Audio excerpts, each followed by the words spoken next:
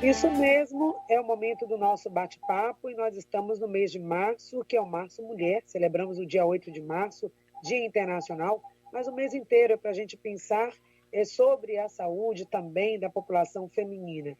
E hoje eu vou conversar com a doutora Sabrine Villan, ela é especialista em reprodução humana, ela é médica residente em ginecologia e obstetrícia e também em reprodução humana pela USP. E hoje nós queremos tratar um assunto que muitas vezes, quando um casal ele tenta ter filhos, né, geralmente pensa que o problema está na mulher, mas não necessariamente. Então, nós hoje vamos falar sobre infertilidade conjugal e quais são os problemas de saúde que podem levar a mulher a se tornar infértil. Muito bem-vinda, doutora Sabrine, é um prazer recebê-la aqui com a gente. Bom dia, Patrícia, o prazer é todo meu. Então, vamos falar um pouquinho sobre esse tema, sobre a questão da infertilidade conjugal, que atinge cerca, né, de 15% dos casais. E o que pode estar acontecendo? Vamos começar falando sobre a saúde feminina, que é o foco aqui da nossa entrevista. Que tipo de problemas, né, pode levar a mulher a ter dificuldade para engravidar? Então, Patrícia, a primeira coisa importante da gente pontuar é que a infertilidade deve ser sempre considerada como um problema do casal. Né? Então, a infertilidade é sempre conjugal e a gente sempre tem que investigar o homem e a mulher, mesmo que já cheguem para mim com um diagnóstico feito de alguma causa conhecida, seja do homem ou da mulher, a gente precisa investigar outra pessoa também, porque em muitos casos a gente tem um fator misto, a gente tem um fator masculino junto com um fator feminino também. As principais causas da mulher, agora sim, só para poder fazer uma listagem das causas, eu vou dividir entre as causas femininas e masculinas. As principais causas da mulher são baixa reserva de óvulo, principalmente porque as mulheres hoje em dia estão demorando mais tempo para engravidar, né, com a entrada no mercado de trabalho, quer fazer uma pós-graduação, quer ter suas conquistas financeiras, a mulher vem postergando a gestação. Então, a idade entra aí como principal fator, porque baixa a quantidade e a qualidade desses óvulos. Temos também mioma, síndrome dos ovários policísticos, endometriose, que também é uma causa muito frequente e importante. E para os homens, a gente tem a varicocele como a principal causa. O uso de álcool, o uso de drogas como maconha, é uma droga que baixa bastante a quantidade e a qualidade dos espermatozoides. Uso de outras drogas, alimentação, sedentarismo, obesidade. E acho que pronto, eu fiz uma listagem aqui dos principais, embora a gente tenha ainda muitas outras causas. Pois é, entre elas, trago aqui uma causa também apresentada pela Organização Mundial de Saúde, a OMS, que tem dados que dizem o seguinte, que cerca de 15% dos casais são inférteis em todo o mundo. Correto. E em números do Brasil, estima-se que 8 milhões de pessoas sofrem com essa doença, muitas pessoas, mas é uma doença, infertilidade, daqui a pouquinho a gente comenta isso. Mas uma taxa vem aumentando, também a taxa vem aumentando, doutora, de acordo com esse dado da OMS, esses dados, no universo feminino, relacionada à questão da inserção da mulher no trabalho, no mercado de trabalho. Que relação é essa, então, que a gente faz entre trabalho e infertilidade? Sim, com certeza. Então, assim, como eu disse, né, a mulher, antigamente, não tinha uma inserção, quando eu falo antigamente, da época de nossas avós, bisavós, não tinham essa inserção no mercado de trabalho tão clara quanto hoje, né? E isso vem mudando nos últimos anos, claramente. As mulheres hoje em dia assumem cargos grandes e querem se subespecializar cada vez mais, tem um papel financeiro dentro de casa igual ao homem, né? Muitas vezes igual, até às vezes mesmo mais intenso. Então, com isso, as mulheres vão postergando a maternidade. E, assim, a fertilização in vitro, isso é uma coisa importante de ficar claro, ela nem sempre consegue driblar a idade. Então, eu ouço algumas pessoas, às vezes, falando, se eu não conseguir engravidar, com 40 anos eu faço uma FIV. E não é bem assim, porque a gente precisa ter quantidade e qualidade de óvulos para ter uma FIV bem-sucedida. Então, se a mulher deixa chegar tão próximo dos 40 anos, sem ao menos ter feito uma reserva antes, né, que é o congelamento prévio, a gente pode falar disso também, nós teríamos dificuldade mesmo com a FIV. Olha aí, então não dá para confiar, né? Esperar para depois, inclusive, questões relacionadas a complicações da própria saúde feminina, né? Vai passando o tempo e a mulher vai apresentando, talvez, algumas situações que impeçam de realizar esse desejo. Agora, Sim. quando, né, o que a gente pode caracterizar que estamos diante de um problema realmente de infertilidade? Porque vários outros fatores, inclusive emocionais, algumas situações podem levar a esse atraso, né, essa demora, para que o casal consiga ter realmente êxito e ter, enfim, né, ter um filho.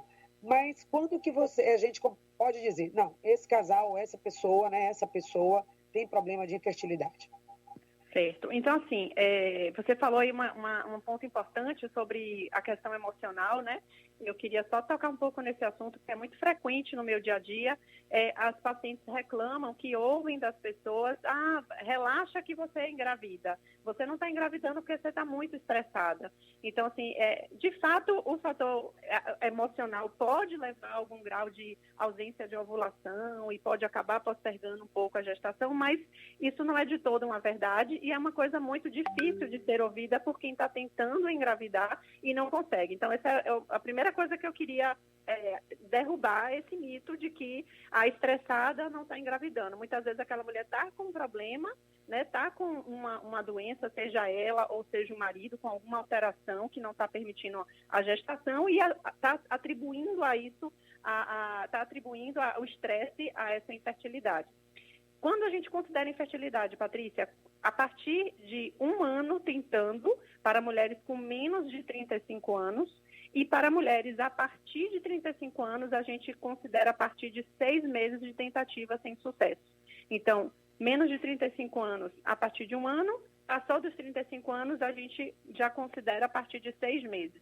Não necessariamente esse casal a gente vai encontrar uma causa para dizer, o fator de infertilidade é esse ou é aquele. Muitas vezes a gente investiga amplamente o casal e ficamos sem resposta, né? Em torno de 15% a 20% dos casais, a gente vai investigar e não vai encontrar uma causa.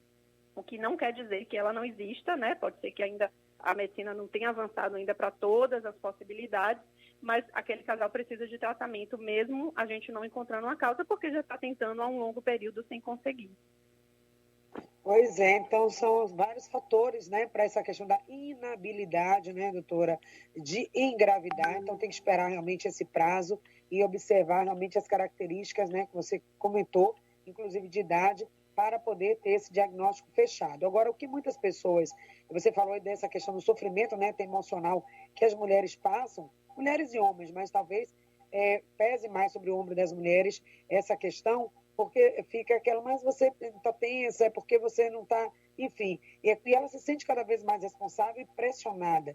Mas um dado diz o seguinte, queria falar um pouquinho sobre esse dado, que de maneira geral, 30% dos casos de infertilidade são pelo fator feminino, 30%. Outros 30% está no homem. 20% tem causas mistas, e aí podemos falar aqui também, e 20% sem causa detectada ou definida. Então, o que mais, quais são os problemas, já falamos deles, mas o que mais pode realmente comprometer a questão da infertilidade? No ranking aí de causas, o que mais aparece? Então, em primeiro lugar, eu diria que a idade da mulher, né? Por experiência, o que eu tenho visto mais é a demora da mulher, né? Como a gente já falou aqui isso, e por demorar de tentar gestar, a gente começa a ter baixa de óvulos, baixa da quantidade e qualidade, e a gente começa também a dar tempo para aparecer outras coisas. Então, aquela mulher que tem uma tendência a ter mioma, que tem uma tendência a ter endometriose, quanto mais tempo ela demora para começar a tentar engravidar, ela vai dar a oportunidade de desenvolver essas patologias. Então, para mim, ranking número 1 para a mulher é realmente relacionado à idade, né? E para o homem, a gente fica aí como a varicocele, né? Que é uma dilatação das veias testiculares como a principal causa. Agora, mesmo quando o problema, né, a situação está realmente na mulher ou no homem, por que se diz, né, o termo que é uma doença e conjugal? É uma doença porque tem um CID específico para isso, né? Então é reconhecido pelo CFM como uma doença e tem tratamentos específicos, são vários tipos de tratamento, a gente pode entrar nessa conversa também. E é por isso, a infertilidade, ela hoje é considerada pelo CFM e tratada como uma doença. Ou seja, os dois vão ser tratados, doutora, mesmo que um só apresente o problema? Depende. Se for um problema que tenha uma cirurgia, que tenha uma intervenção hormonal que a gente consiga reverter e dar para esse casal a tentativa de gestação espontânea, não será necessário tratar o outro. Mas a partir do momento em que a gente precisa ir para um tratamento de inseminação ou de fertilização in vitro, a gente vai estar precisando aí dos dois para poder participar do tratamento. Agora, como é que a pandemia tem também impactado nessa área, nesse setor? As mulheres elas estão adiando mais o tratamento, né, para tentar esse desejo de ter filho. Algumas que estavam em tratamento continuaram, ou elas estão esperando um pouco mais, ou estão retardando, esperando passar essa onda da pandemia, e aí atrasando mais, já que o fator tempo, né, idade, é um fator importante. Como é que vocês têm trabalhado isso, né, com as pessoas, com as mulheres, os homens, né, os casais que têm procurado no sentido de orientar em relação ao desejo de ter um filho agora, na pandemia? Sim. Então, Patrícia, ano passado, né, quando a gente estourou a pandemia aqui no Brasil, foi ao redor de março, a gente teve uma fase de março até julho com a Sociedade Brasileira de Reprodução Humana recomendando a suspensão de todos os tratamentos de fertilização. A gente estava diante de um vírus novo, né, muito desconhecido ainda, e foi orientado todo mundo, todas as mulheres a suspenderem os tratamentos, todas as clínicas do Brasil fizeram uma pausa grande, inclusive a Sociedade de Obstetrícia recomendou também a suspensão de tentativas de gestação espontânea, né, para aqueles casais que não estavam enfrentando dificuldades também, pararam de tentar. Quando chegamos em meados de junho, julho, a Sociedade Brasileira de Reprodução Humana liberou o retorno dos tratamentos, claro que com todos os cuidados, priorizando aquelas mulheres que tinham uma idade mais avançada e orientando para as mulheres mais jovens que, se pudessem esperar mais um pouco, seria o ideal. E agora, o que eu venho percebendo é que as mulheres que já esperaram esse ano inteiro não querem mais esperar. Né? Então, assim, já foram feitos diversos estudos mostrando que a gravidez não aumenta o risco comparado com a população geral, a não ser que seja uma gestante hipertensa, diabética, tenha doenças de base. A gente sabe que no finalzinho da gravidez pode ter algum grau de complicação um pouco superior à população geral, mas ainda assim eu oriento os pacientes e deixo a decisão com elas, né? Porque a gente também tem que colocar numa balança o risco de gestar durante a pandemia do Covid, só por conta desse aumento de risco no final da gestação, ou esperar mais e correr o risco de ter uma diminuição importante desses óvulos. Então, eu explico, exponho tudo para elas e a maioria das pacientes tem decidido por continuar o tratamento. Claro que com todos os cuidados, com o uso de máscara o tempo inteiro, ficando dentro de casa, uso de álcool gel, tudo feito de maneira consciente e correta. Lembramos também que há a possibilidade, não sei até que ponto isso é, digamos assim, acessível para a população, mas é congelar também os óvulos, né? Não sei se mulheres também fazem essa opção, elas estão em plena fase de carreira, de trabalho, querem adiar um pouco mais, isso seria seguro e viável, né, para todos, se há normas técnicas e éticas também para em relação a isso, com certeza. Eu estou conversando com a doutora Sabrine Vilan, ela é especialista em reprodução humana. Se você deseja fazer alguma pergunta, tem alguma dúvida sobre reprodução assistida e também sobre alguma situação que está lhe incomodando, alguma dúvida em relação a esse tema durante a pandemia, manda a sua pergunta pelo nosso WhatsApp, que é o 996813998. Queria falar, então, já toquei nesse ponto, a questão da inseminação artificial, doutora, né? Quando que ela é indicada, se há uma contraindicação também para esse tipo de método, né? Ou seja, se a infertilidade é uma doença, qual é o tratamento? Então, a gente tem 3 tipos de tratamento, né, Patrícia? Primeiro, como você pontuou, quando a gente não precisa fazer nenhum tratamento, a gente apenas faz uma correção, seja retirada de um mioma, seja retirada de um pólipo, algum ajuste hormonal. Não precisou de tratamento, a gente orienta a paciente a continuar a tentativa normal em casa. Bom, aí a gente tem os 3 tratamentos, que eu vou falar de uma maneira assim bem didática e rápida. O coito programado ou relação sexual programada é o mais simples e o mais barato deles, onde a gente induz a paciente para ovular, né? A gente tem o controle total do dia e do horário aproximado que aquela paciente vai ovular e orienta o casal a ter relação sexual em casa. O segundo tratamento de média complexidade é a inseminação artificial, e ela é bem diferente da fertilização in vitro, e eu estou sinalizando isso porque eu vejo muitas pessoas usando o termo inseminação como se fosse sinônimo de fertilização in vitro, e não é. Então, a inseminação é um tratamento de média complexidade, eu coloco a paciente para ovular, e no dia que ela ovular, a gente vai inseminar, ou seja, colocar o sêmen do marido dela, do parceiro dela, no fundo do útero. Então, o espermatozoide vai ter que ainda nadar por conta própria, encontrar aquele óvulo, formar um embrião e implantar no útero. E, por fim, a gente tem a fertilização in vitro, ou FIV, que é o tratamento mais complexo e também de maior custo, onde a gente retira os óvulos do corpo daquela mulher, forma os embriões em um laboratório, injetando o espermatozoide 1 a 1 dentro de cada óvulo. Formados os embriões, a gente transfere aquele embrião para o útero da mulher, de 1 em 1 ou de 2 em 2. Essa é a fertilização in vitro. Então, a gente tem aí do coito programado, inseminação artificial e fertilização in vitro. A gente vai aumentando em complexidade, aumentando em taxa de sucesso e aumentando em custo também.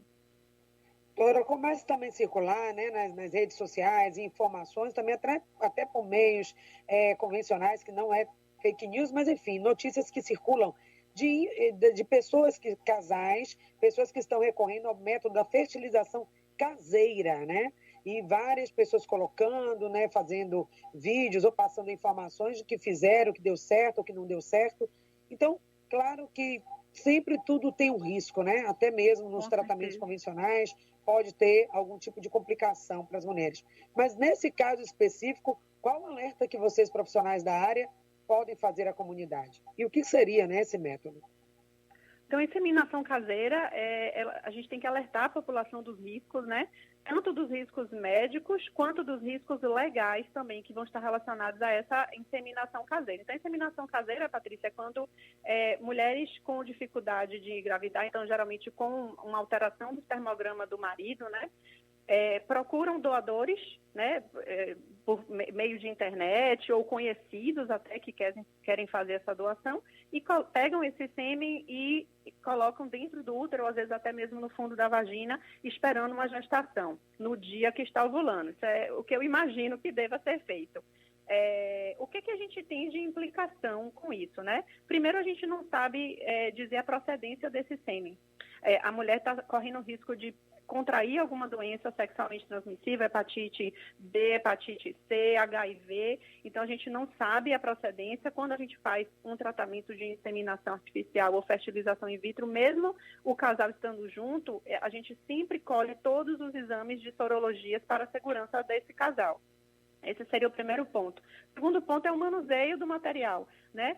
Espéculo, se usa catéter para introduzir dentro do útero ou não, se é um material estéreo, se é um material próprio para isso, eu não sei como é que é obtido esse material, então a gente tem aí riscos de infecção que devem ser levados em conta e é muito perigoso. E, por fim, a gente tem as questões legais, né? Se for de um doador conhecido, e eu sei que isso acontece muito na comunidade, a mulher tem o direito, depois, de chegar e processar essa pessoa, esse doador, para poder exigir desse doador alguma função como pai, né? E pagamento de pensão. Então, assim, é uma questão legal muito delicada. Eu sei que acontece muito também, eu já ouvi alguns relatos e reportagens falando sobre a inseminação caseira para casais homoafetivos femininos, né? Inclusive, teve um caso recentemente que gerou uma repercussão grande no meio legal, porque o casal, as duas mulheres fizeram a inseminação com o sêmen de uma pessoa, eu não lembro se era doador desconhecido ou não, mas, por fim, elas queriam registrar a criança, né, com o nome das duas mães, e não puderam. Então, esse é um outro aspecto muito importante. Quando você faz isso perante uma clínica, com liberação do CFM, com tudo registrado, você garante o direito daquelas duas mulheres registrarem o filho no nome delas, sem nenhum vínculo com o doador. Com certeza, bem explicado aí, portanto, fica o alerta à comunidade. Se você ouviu falar sobre isso, já sabe a informação com base científica, a informação correta, para que você possa se instruir, se informar e também ser um canal de informação para outras pessoas, ok, ouvinte? Muito obrigada, então, agradeço aqui a presença da doutora Sabrine Vilan, que esteve aqui com a gente, médica especialista em ginecologia, obstetrícia e também reprodução humana. Muito obrigada, tenha um ótimo dia. O prazer foi todo meu, Patrícia. Um abraço, bom dia.